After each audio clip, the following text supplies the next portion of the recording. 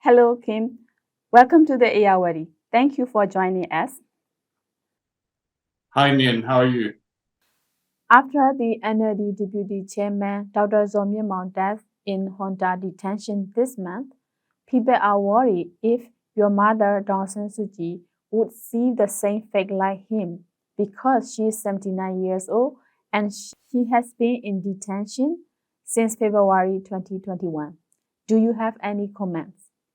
Firstly, I'd like to extend my condolences to the family of Dr. Myanmar. From what I gather, reports indicate that the junta officials hurried to the hospital just hours before his passing to inform the unconscious politician of his pardon. This is just another cynical and desperate effort to cover up their failure in, providing adequate health care for him whilst in prison that could have saved his life. From what I understand, Mehmet's conditions in prison are terrible. So I worry a lot for what's happening to her. And since the coup, at least 2,000 people have died in military custody, including 125 women and 88 children. So as such, I would call on the junta to free all political prisoners, especially the elderly and infirm, to avoid further deaths in custody. Mehmet will be 80 next year, so including the past 3.5 to 4 years that she spent in prison in Naypyidaw and the time she spent under house arrest, she will have spent pretty much quarter of her life incarcerated for her peaceful pursuit of democracy in Burma. Some people say she's now under house arrest. Others say she's in the prison. So what is your take? From what I understand, she's still in prison in Naypyidaw, and essentially she's been held under solitary confinement because she's not allowed to see the other prisoners. She's not been allowed any visitors for a long time now. Not even her legal team are allowed to go and see her. So I know that she has ongoing health concerns. You mentioned before that the dental treatments for her being denied, and maybe she's still not getting proper treatments until now. So she had ongoing dental problems and dizziness, and from what I can understand from the few reports that I hear, she's also experiencing acute osteoporosis and heart-related problems.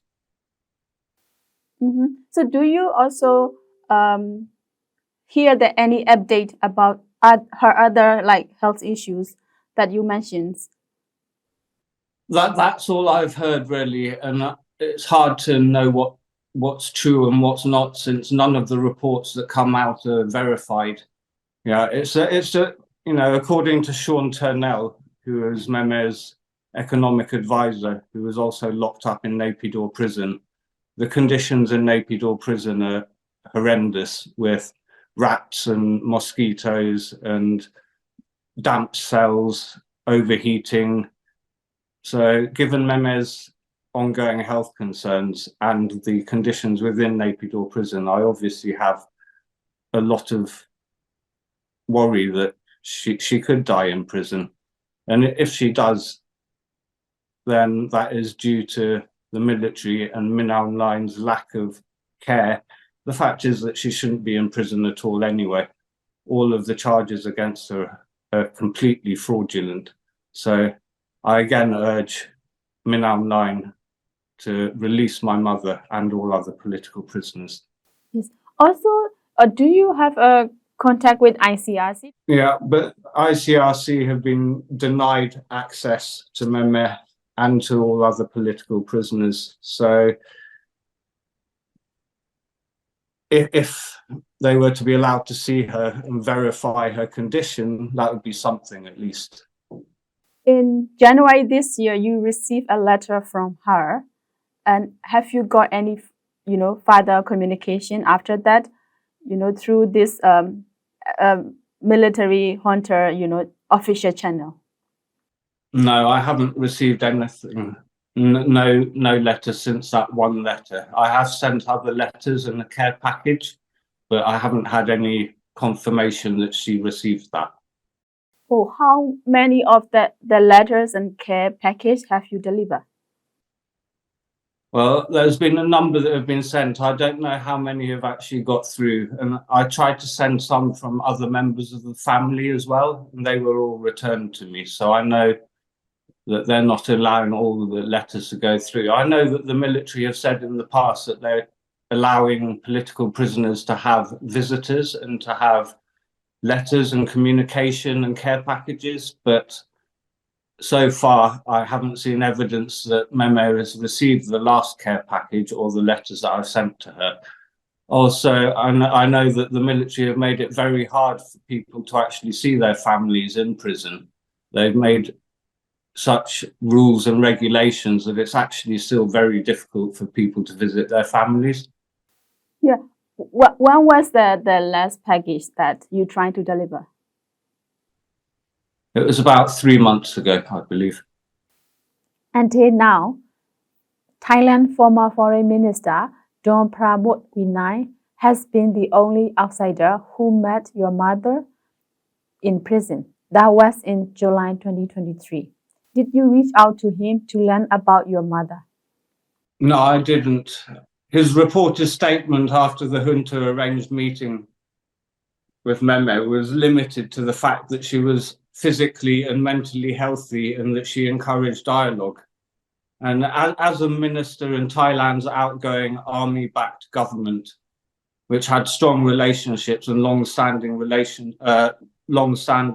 support of the junta, his reported visit and seemingly friendly gestures towards the military, who were widely, anticipating to overcome the resistance at that time, sparked a lot of controversy within ASEAN and potentially undermined ASEAN's efforts to resolve the crisis. So even though he was reported to have seen Memo, there isn't anything to verify what was actually said in that meeting. And the reports that did come out of what he, the minister said, I think that's quite unlikely. In Myanmar, a prison officer only allowed the family members to meet the political prisoners like Aung San Suu Kyi. As a family member, you are away from the countries. Would you like to go and see her in person? Yes, I would. I've been requesting to be allowed to go and visit her for some time now, and the military have not responded to any of my requests for any communication with her or for access to see her. And I imagine that's the same with so many people in Burma, not just political prisoners that are famous, but your everyday prisoners in Burma will be finding it very hard to get access to their loved ones and to know what's happening to them. Aung San Suu Kyi used to be a towering figure in democracy and human rights, but now it's rare to see international requests calling for her release or expressing their concern about her. Why? Well, sadly, Burma doesn't attract the same geopolitical focus for the West as the wars in Ukraine or the Middle East, for example. The UN's humanitarian response plan is currently 55% underfunded, making it the most under-resourced of all humanitarian initiatives. This shortfall persists despite the UN's verified military atrocities that have led to over 3 million internally displaced people and 20 million individuals who are urgently requiring humanitarian assistance. A situation which is only getting worse since Typhoon Yagi. So many more people have been displaced and so many people have died now. And the military's disaster relief plan is non-existent, basically. They took all the money that my mother had put aside for disaster relief and spent it on fighting against their own people. So despite the immense suffering, the people in Burma are still winning against the military, and despite not having any help from the outside world. And I think part of that comes down to the fact that when the Rohingya crisis was first reported on, the Western media and the international media completely misrepresented Myanmar and what the NLD were trying to do at the time to try and help what was happening to the Rohingya. They were doing everything that they possibly could. And that wasn't how it was represented by the international media. So that will have affected the support that she gets and that the resistance forces in Burma get. It gives the international community an excuse to ignore what's happening there. So I think one of the first things that we need to do to try and bring more attention from the international community is to retell the story of what was being done to try and rectify the situation at the time. So the West and the international community abandoned her like this, but the people in Myanmar stay, until today, still revere her. But I want to know, is the West's abandonment on her affecting the current, current call on the help for the humanitarian support and also the support for military and support on the political movement, democracy and political movement inside Myanmar? Myanmar's story goes hand in hand with the story of Burma. And since people have been able to ignore what's happened to her, they're also ignoring what's happening in Burma. And like I said, there are so many other conflicts around the world at the moment that people haven't even heard of. So it's not surprising that Burma gets pushed back in the news, but it's one of the worst humanitarian crises in the world at the moment. So people need to sit up and take notice. After all, since the coup, Burma has turned into the center for human trafficking, for cyber slavery, for methamphetamine production, and these things affect the whole world. Yeah, I like to also touch on about the rumors about meeting. There was rumor about some key military leaders meeting Aung San Suu Kyi in prison. That was in June last year. The military junta even denied that their Home Affairs Minister met her. But do you think it is true? I have no idea. I hear so many conflicting things coming out from military statements that I tend not to believe anything they say now. And there's so much that has been unverified and at a later date proves to be completely false that it's very hard to believe anything they say. Yeah, also the military, they are planning to hold an election probably next year, and they have started with the census and other, preparedness. But there is speculation that Aung San Suu Kyi could be asked to enter the elections. Do you think she will accept? Well, at the moment, it's very hard to say. I think there's only one way that she would accept, and that's if the military stood down and allowed the parties that actually need to be in a position to be elected to be allowed to, enroll for this election. At the moment, there's nothing to say that a proper democratic party would be elected. It would still just be the same, if not worse than it was before. Until recent year, you avoided media appearance. Why are you speaking to the media these days? Well, since I haven't been allowed any communication with Myanmar, and the situation in Burma is so much worse than it has been ever before, in my lifetime anyway, I think that someone needs to speak out. And given my unique position, I need to speak out and let the world know what's happening in Burma and try and draw more awareness to the situation. Have your voice really heard by international communities? I feel like it hasn't really been heard. The international community is still not taking notice of what's happening in Burma. So despite my efforts to try and bring awareness, it's a long way from actually having a proper effect yet, but I shall keep trying my best. You have been on some fundraising projects for Myanmar, like Freedom Tattoo Project. How is it going right now? Well, the tattoo project was originally conceived in honor of Tutu, who was the most famous Burmese kickboxer, or a national Burmese kickboxer. And he was born on a Saturday, the same as I am. So we're both Naga, according to Burmese tradition. Unfortunately, he died in prison, probably after having been tortured, and his body was never returned to his family. And that's a very common situation in Burma now. But so far, we've raised almost $200,000, I believe, and we're helping to provide clean water for thousands of internally displaced people in Burma now. Mm-hmm. Amongst other things, we're also helping the families of political prisoners.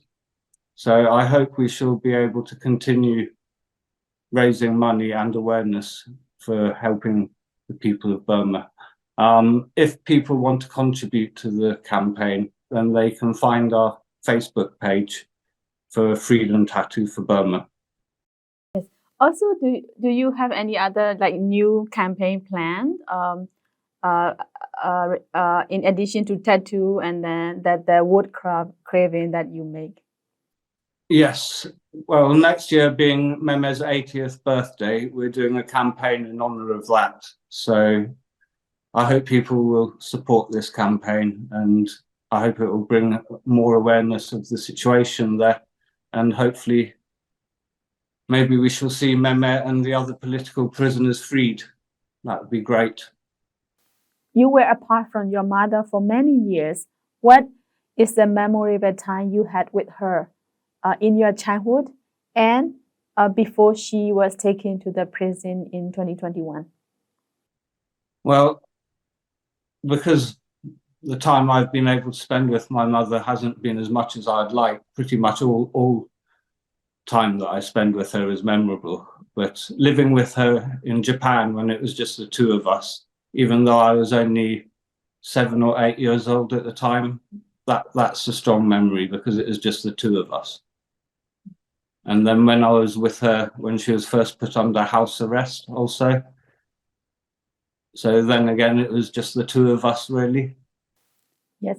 Also, people of Myanmar, we read about her, we listen to her talk, and that's always charming, and she is very charismatic.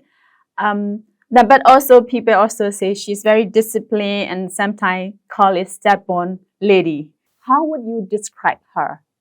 Oh, she's definitely disciplined. I think she has to be if she's going to deal with what she's got to deal with in Burma, and trying to deal with all the different factions within Burma can be extremely challenging. Even the small Burmese community here has a lot of different factions, so I can't imagine what it's like trying to work with everybody in Burma. So, but while she's disciplined, I'd say she's very fair also. Yeah, have you ever imagined she would be becoming a politician? Because in your childhood, she is very academic and she write beautifully and she like to write. So right. So what was your childhood imaginations on her? At that time, I wasn't really thinking too much about politics or anything like that. Yeah, and I'm still not so interested in politics. Yeah, and I also listened to your interview with BBC Hard Talk, and you clearly said that you're not interested in politics. You said you want Aung San Suu Kyi out of politics when she's out of prison. Do you still keep that thought? I would like to see her be able to take a back seat at least and not have to work so hard. After all, she is getting on now, and it'd be good if she could have some rest. Aung San Suu Kyi left the Burma and Myanmar people a lot, and she dedicated her life for that. Do you think, this difficult time, she would quit from the politics? No, so I think the fact that she's in prison and the fact that when other prisoners were offered air conditioning in their cells, she said that, I mean, when she was offered air conditioning in her cells, she said that unless the other prisoners were given air conditioning, she wouldn't accept it for herself. And that's the same with how she feels about, being there with the Burmese people and going through what they are going through. So she wouldn't want to be treated any different to how they are. Would you like to give your message to the international community and your message to the military junta? Well, again, to the military junta, I would ask them to free my mother and all the political prisoners and to return Burma to its democratically elected government. But failing that, I would like her to at least be moved to house arrest in her home in Rangoon, where I would know where she was at least.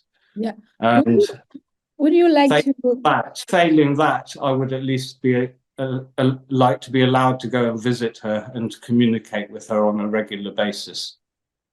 For the international community, I'd like them to take notice of what's happening in Burma and to realize that there is a lot that they could be doing to try and help the situation there, and to try to do as much as possible to get their governments to do something to stop the meaningless slaughter that's going on in Burma right now.